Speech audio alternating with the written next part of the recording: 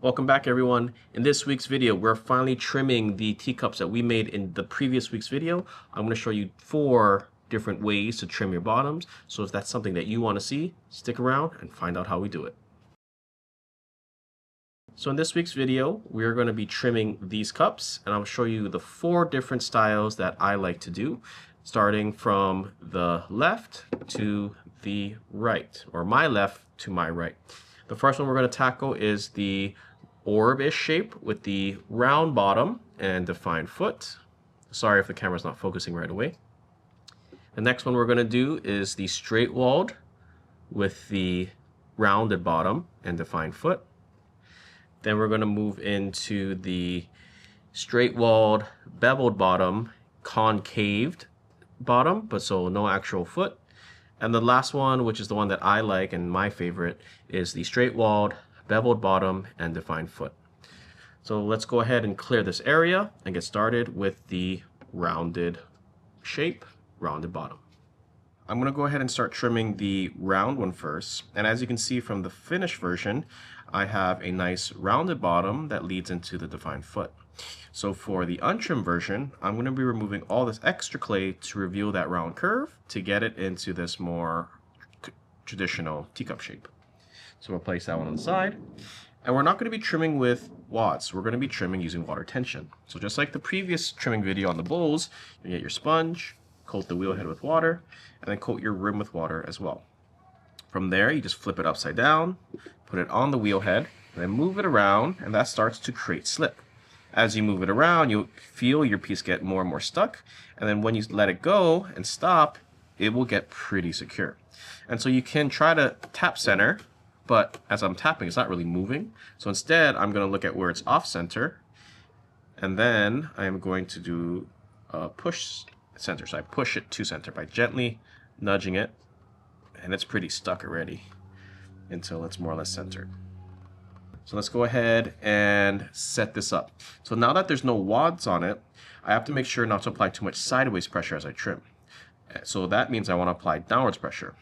So what I like to do is I like to trim a little indent here. And this little indent is where my ring finger for my left hand will apply downwards pressure. And so my ring finger applies downwards pressure. My right hand holds the trimming tool either like a pencil or in my palm like this. And then my left pointer finger touches the tool, thumb touches my thumb, middle finger touches the bottom of the piece, and then I start trimming this overhanging clay. And so the first thing that I do is I remove all this overhanging clay to reveal a vertical wall, so I know exactly where my base starts. So right there I have my vertical wall, and now I can decide more or less where my foot should be. Now this part's optional, but as you are getting used to trimming, I like using the rule of thumb of a ½ inch. So from the outermost edge, I move in about a ½ inch and I make a mark. And then I spin the wheel and I drop the tool on that mark. And that's how much clay I'm going to remove. So then I'm going to switch to my bigger tool. And as I remove this, I'm going to bevel, start at an angle, and slowly turn, like I'm turning a doorknob. So bevel, cut, and turn. So it looks something like this. So I hold the tool, I start trimming this at a 45-degree angle, and then I slowly turn it down the sidewall. And that makes a nice vertical wall to work with. So once again, I repeat, bevel, and then I turn. And so I'm doing this until I hit my foot line that I made. So this time I'm not even turning, I'm just keeping it more or less at the angle. And then now I trimmed all that excess clay around and it's starting to look a little more round. So now I want to establish my vertical foot. So I'm going to switch to the smaller tool. And just like I beveled and I turned, I'm really going to focus the pressure on this bottom corner of the tool as I turn, like I'm turning a doorknob. So I'm going to keep that at that angle. My middle finger is protecting the flat bottom here. And I'm focusing the pressure on the bottom corner of this tool. And then from here, I'm slowly turning my right hand as if I'm turning a doorknob to the right. And what's happening is I'm removing that bevel and it's starting to become a nice vertical wall. And the clay is pretty soft, and that's why I keep trying to break it off as I'm going. So now that I have a vertical wall established, I'm going to use that as my foot reference, and I'm going to start removing all this extra clay. So I switch to my bigger tool, and from here I'm just trimming this straight down to establish a flat edge or a plateau. And then from here, just like I turned going from angle to vertical, I'm going from flat to angle this time. So I'm slowly turning and beveling. So if you wanted an angular bottom, I could more or less keep it like this, and then I have an angle into the round. But I want it to be continuously round. So I'm going to switch to my other tool, and now I'm just going to start the bevel from here and slowly turn the tool to then match what I have here. So once again, start from here, and I slowly start sliding and turning it down. Now that it still looks a little too angular for me, so I'm going to switch back to the bigger tool, and this is going to start just turning the entire thing to really get that curve to more or less match so it doesn't look too abrupt. Now the downside of trimming all this away is my throw lines that I put is gone, so I'm going to have to retrim that in. Before I do that, I want to make sure that my foot is the exact height I want it. So I usually like having my foot as tall as this specific trimming tool, and this one is about 3/8 of an inch tall. So I'm going to trim a little more inward to clean that edge up, and then I'm going to trim this down a little bit because I want it a little taller. So this time I'm going to focus the pressure again on this bottom corner tool, and I'm just adding a little bit of height, about 1/8 of an inch, so not much. Okay, and then from there, I'm going to adjust that curve. So from here, trim this down and then feather it into the curve below.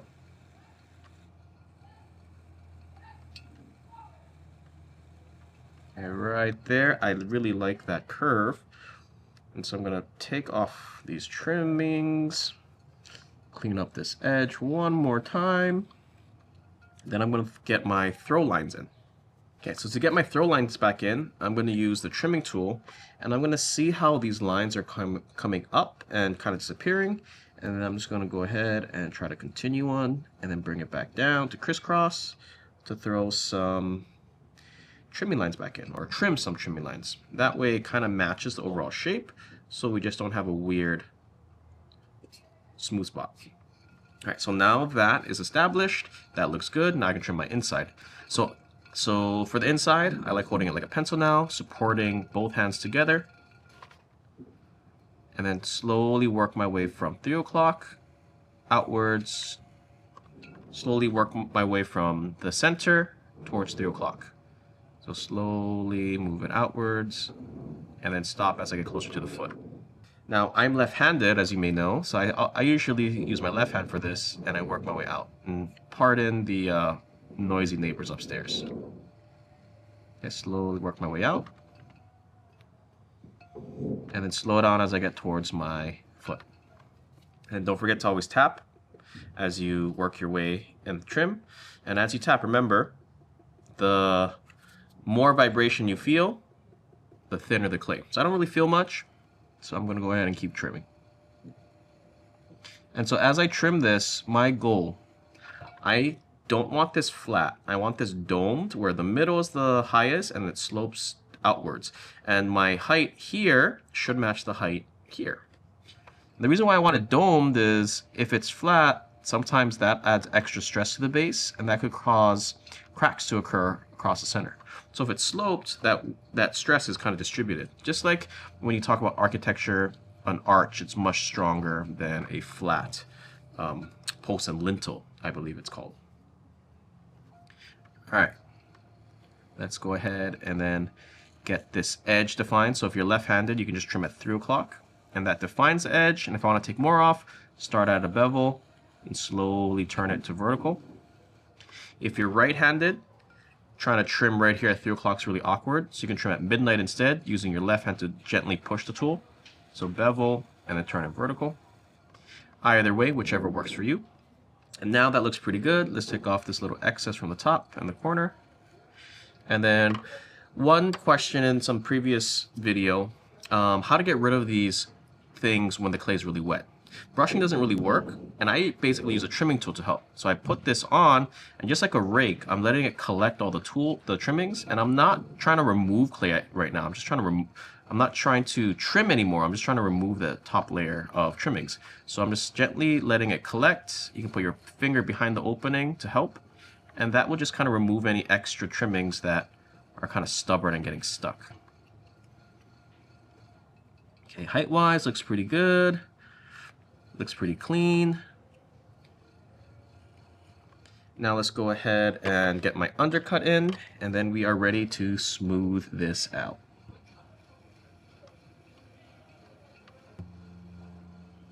Pardon the airplane flying above us. And so the undercut is totally optional, and the reason why I do it are a few reasons. Number one, whenever I glaze my pieces, I hold it upside down by the foot, and so this little undercut allows me to create a little edge here so I can really grip it. Two is it gets a little more of a flare to it. Flare meaning just looks a little better, not flare as in flared out.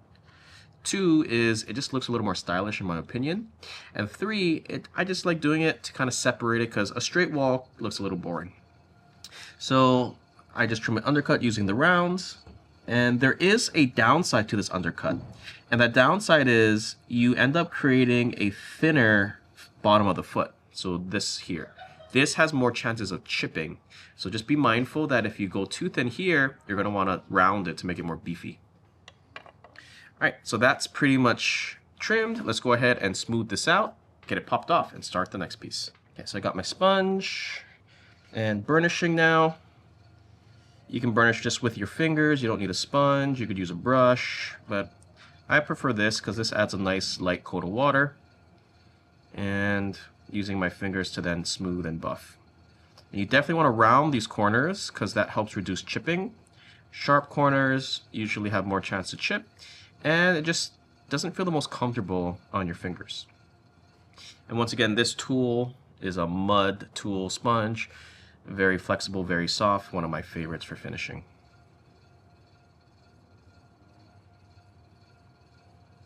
Alright, there we go. So this is done. Now let's go ahead and pop it off. So I position the pegs on my left and my right, place my hands around the piece, give it light jiggle back and forth, and that will start creating some separation, and then pop, comes off.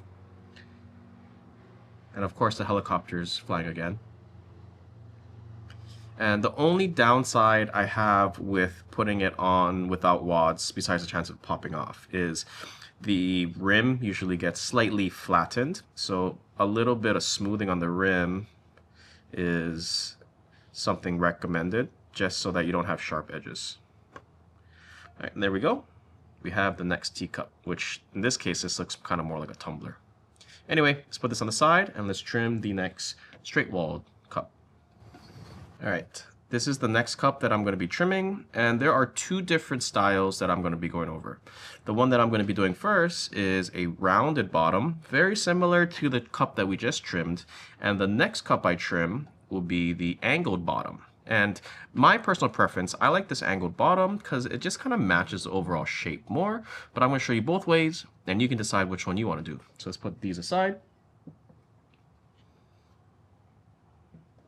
And let's get this centered and trimmed using the water tension technique. So you add water to the rim, flip it upside down, and move it around to build up slip. And it's actually centered already, so I got kind of lucky. Tap as it spins, push down a little harder, create the little indent, and we're off to begin trimming. So this time I'm going to start with the bigger tool, and then I'm just going to bevel. And because this is more or less straight, I don't need to remove any of the overhang. I can go straight into marking my foot lines. So from the outermost edge, I go in about a ½ inch, make a line, and then I darken that line. So once again, this is not necessary, but as you're getting used to trimming, this is something that you may want to do. And as you get more experience, you can just kind of go with the flow. All right, anyway, bevel to remove that extra bulkiness on the outside. And then my middle finger in my left hand is preventing the tool from slipping into the flat section and trimming more past the line. So right there I hit my line. Perfect. Now we're going to take this and trim this edge and slowly start turning it vertical.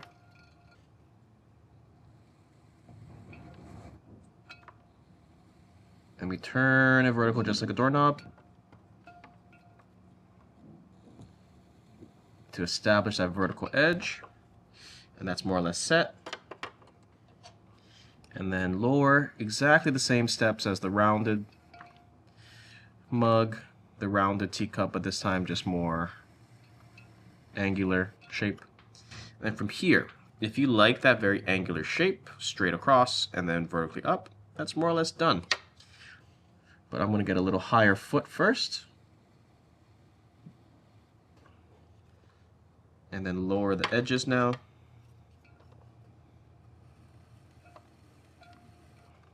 And then I'm going to start sloping this. So I'm going to just start turning this down, just like I did that round piece, to add a curve to it.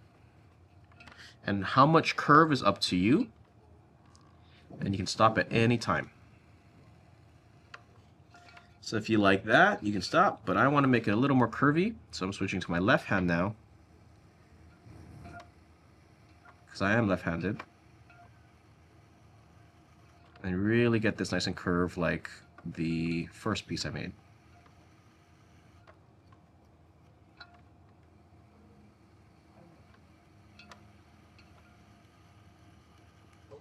Okay, right there, I like that.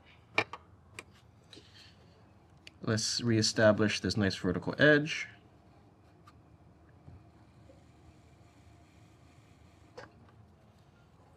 Get a nice indent in there. Separate the foot from the wall. And then let's get some throw lines back in. Perfect. And then finally, trimming the foot.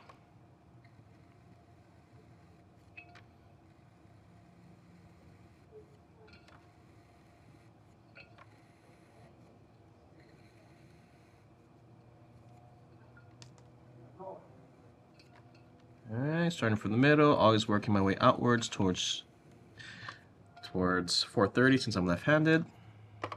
Once I more or less level, once I get my basic height, switch to this tool.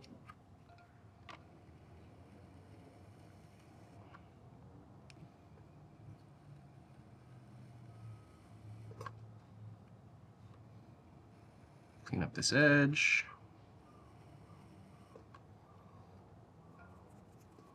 And then I'm going to remove a little more from the foot, so always trimming at midnight if you're right-handed, to stand up and get it a little thinner on the foot. Use the big trimming tool to rake all the trimmings I don't want there.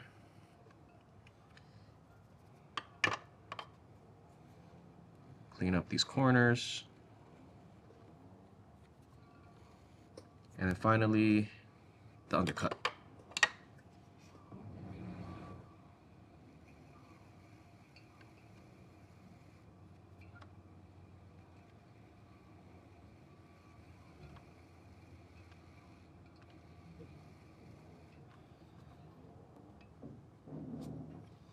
Alright, and then because the clay is pretty wet, I just gotta touch up all these little bits here, and then right here is kind of sharp, so I'm gonna go ahead and round that just a tad bit.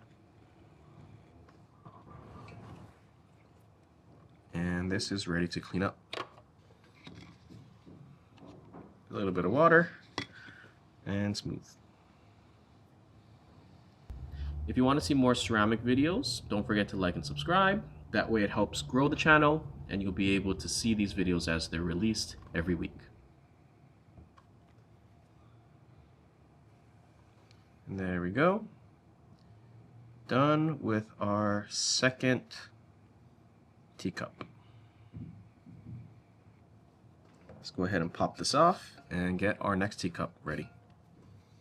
Gently jiggle until it releases. Increasing the pressure. Don't want to get it too stuck. This one's pretty stuck, so let's try and pop it off from this side. There we go. And round the rim.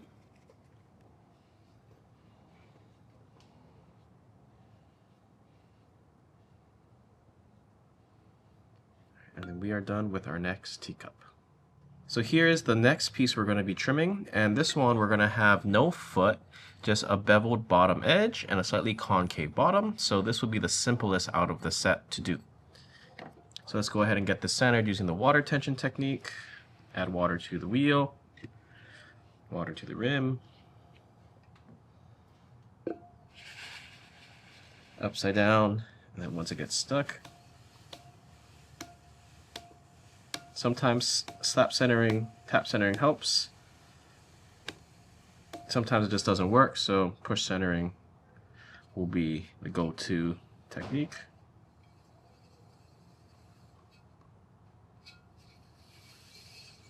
Okay, there you go, that looks pretty good. Let's follow those same steps. So trim a little indent for the finger to put pressure.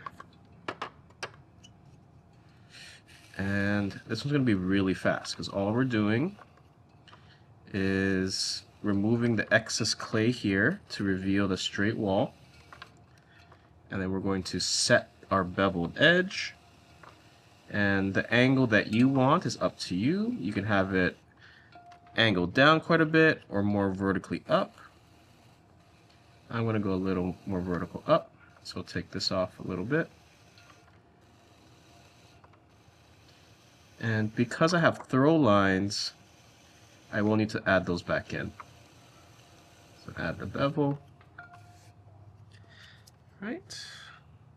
Let's get some throw lines back in. And then finally concaving the bottom. So really quick, just applying very light pressure. And I'm bringing this out and I'm decreasing the pressure as I get closer to the outside edge. So instead of having it sloped where the middle's the highest and the outside's the lowest, this one's inverted where the middle's the lowest and the outside's the highest. So how much you want to shave down is up to you. You don't necessarily need to make it sloped like this, like a crater, but I like doing it just to add a little more softness to the bottom. And it just looks a little cleaner in my opinion. Just a tad bit. Now one thing, if you plan to do this and not trim a dedicated foot, you definitely want to throw your base a little thinner. If not, you're going to have to concave this quite a bit or it's going to be really heavy. Alright, so I have trimming stuck here, so let's go and collect them. Alright, there we go. And then now time to smooth. And that was a nice, fast, easy one. And you may have seen some other videos. Joe Thompson is one that comes to mind where he concaves the bottom, but instead of trimming, he just uses a tool with a metal ball at the end and pushes down and applies pressure. So he just is compressing rather than trimming. And that works as well. He throws his bottoms pretty thin, so he can afford to do that. But like I said, if you have a really thick bottom, trimming clay off the bottom never hurts anybody and just makes it a little more light and even. Alright, there we go. That one is pretty much done. Let's go ahead and pop this off. And then round the rim. Now I'm ready to trim the last cup, and I have this as my reference, and this I trimmed a day ago and I had it wrapped up, so I'm going to have this, and so I'm going to put it in the center and I'm going to shoot a laser at it. So I have my horizontal line to be the height of this bevel and the vertical line to be where this outer edge is, where the foot's going to go. And before I'm going to shoot the laser, I'm going to go ahead and tap center it first to get it as centered as possible.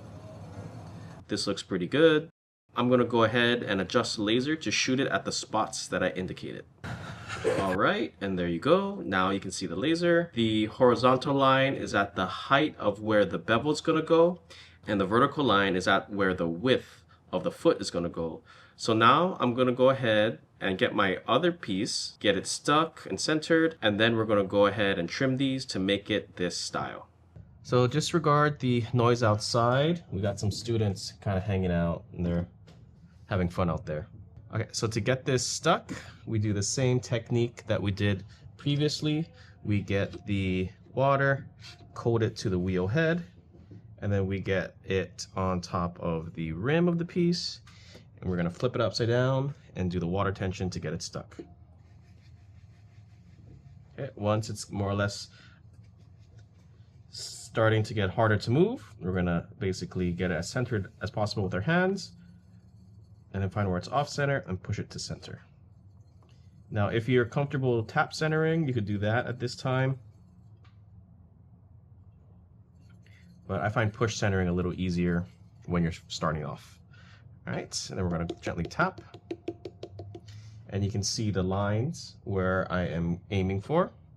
And so let's go ahead and get the indent in, and then switch to the bigger tool, and then we're going to start getting the outer edge trimmed and lined up to where the foot needs to go. So using a laser is a little overkill if you're only trimming a few pieces, but it does help in terms of not having to stop and measure. So right there, I'm already getting the edge established, so that's good. Now I can go ahead and then have it straight if I want. Another method to define your foot and then trim straight down. Got a little messy, so then I just turn it vertical now and I trim inward. And that's another way to get a defined foot. Switch to the smaller tool to get a little more clay removed. You can also use the round side to get that established. You could also just do the turning of the tool. That's the method that I prefer. And so right now I'm just trying to get the height established.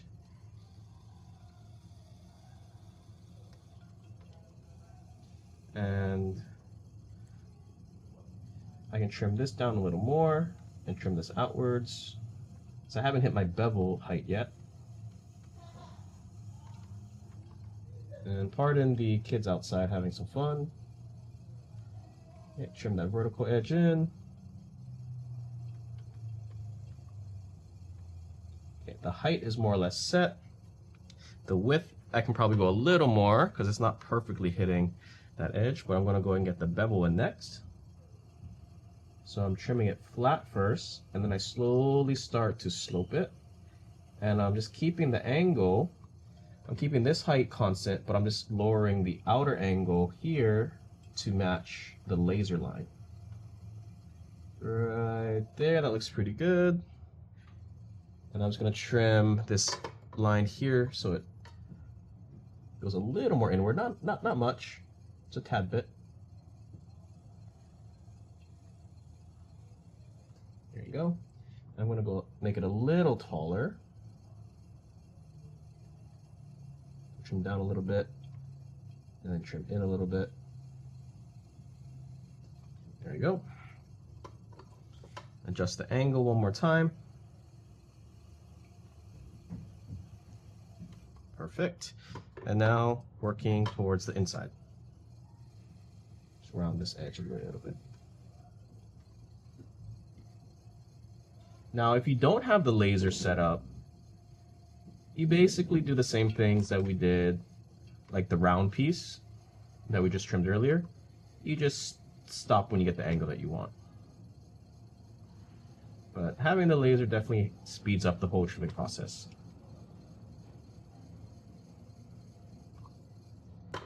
Alright, now switch to the bigger side. Clean up the edges a little. Okay, let's check for thickness. I have more I can trim away. But let's get this edge removed. Now I have a nice clean defined foot. Go a little lower. And then mostly on the edge there. Clean it up. Alright, use the round now. Use the flat now. And then finally the undercut.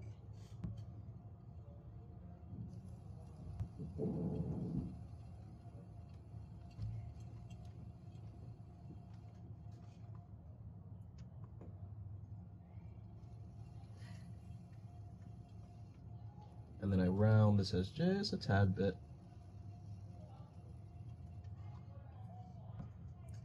And then this top section has some extra clay on it that I don't want, so I'm just going to gently just trim across. I'm not trying to take too much off. There you go. And then round this edge because it got a little sharp. And I collect the crumbs with the trimming tool. All right, and then final smoothing, sponge and water.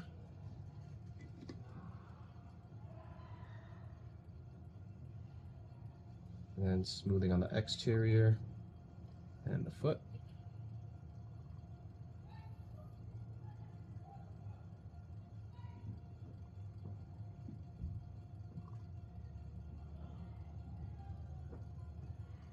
And then this one is pretty much done. Let's touch up a few spots.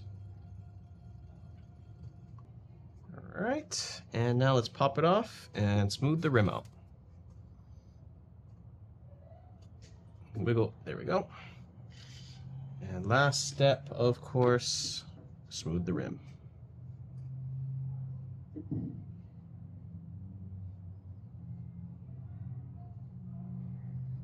All right, there we go.